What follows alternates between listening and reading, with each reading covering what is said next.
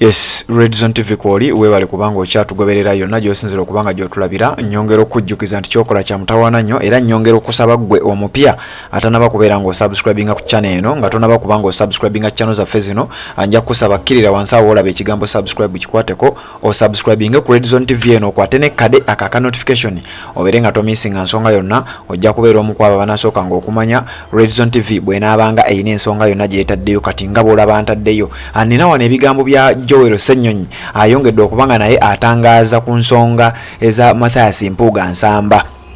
Jukira nga bwe natera okugamba nga bwe nakugamba emabegako nti abantu bano baatula mu meeting lwali lunaku lwa kusatu week eno yennyini gye tuli mu kubanga tumalako olunaku olwaleero baatula mu meeting abakulu mu kibiina ekya National Unity Platform era mawulire g'ensembi ey'okkuwa omu ku ba deputy presidents owa Western Uganda amanyiddwa nga Madamu Jole Mugisha avuddeyo n'atangaza ku nsonga ezo n'ategeeza nti omukulu mu meeting gye baatuula yakkiriza nti ekyamazima nakoze ensobi era nakkiriza okwetonda naye byavaayo ate byagenza okubanga kalanya bannansi ne beebuuza ate kati kigendererwa ki kyekiri emabega wa kino kakati olwaleero obadde lunaku lwaleero lubadde lwa Sunday era luli lwa Sunday budde bubadde bwa kumacha omukulembeze w'eggwanga Robert Kyagulanyi Ssentamu akedde kumacha ne owekitiibwa leader of opposition Joel Ssenyonyi ne bagendako ku church emu bagenze kubeera nga basabako era gye basinkanye eyo ne baba nga ate boogera ku nsonga ez'enjawulo saidi eri ya Uganda One gye nkuweredde ensonga za Robert Kyagulanyi Ssentamu president w'eggwanga omulonde zayogeddeko kati ku saidi eno njagala kubanga nkuwa ebigambo bya owekitiibwa Joel Ssenyonyi naye ayina byayogedde ku nsonga za Mathias Mpuuga nze nja kikugamba direct nti abyogedde ku nsonga za Mathias Mpuuga agambye nti mu muntu yenna bw'okola ensobi weetonda era bwe weetonda ebiseera ebisinga ebintu biggwa mangu byandibadde tebiwanvuwa byandibadde tebituuka wala byandibadde tebigenda mu public kubanga baasooka kutuula nga bo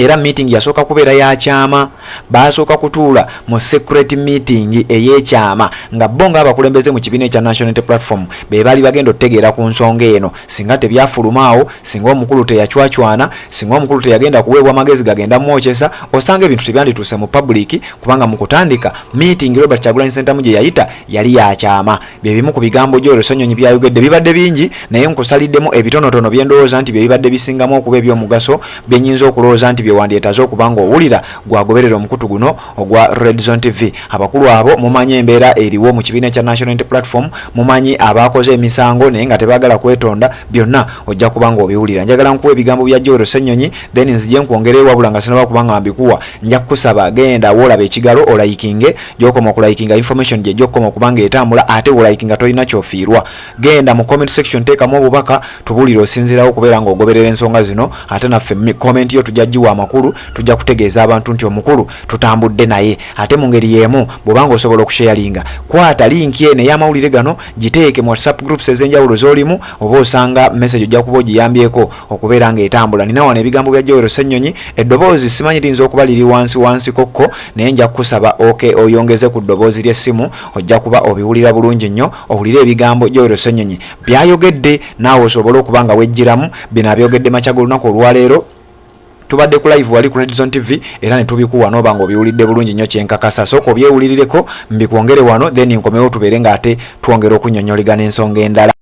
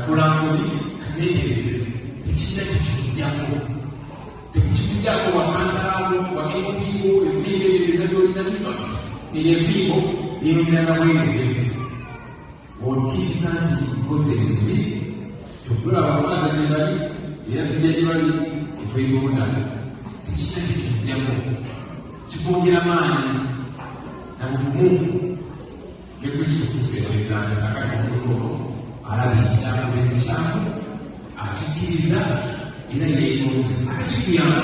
okutadda kwe kwa watu kisansu bili kikizo kyakikya kisubi kyesigala ng'okola ekyo nate basabira nga nagabesabira kukamatana tubeere bakufuna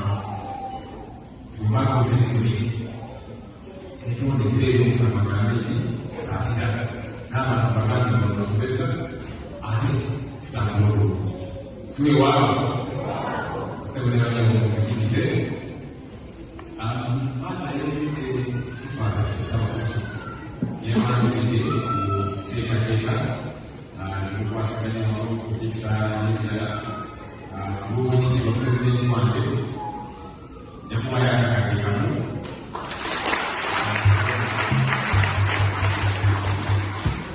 efaanana tulina nnyo wali abalina ennyumba nnyingi bamaze kutebasimanyi naye twakatamagenina jakakabananga naye ate emirimu gya kristu gitambula webalinaitobalina muzikirize ekitongosoma pulezidenti ate alagire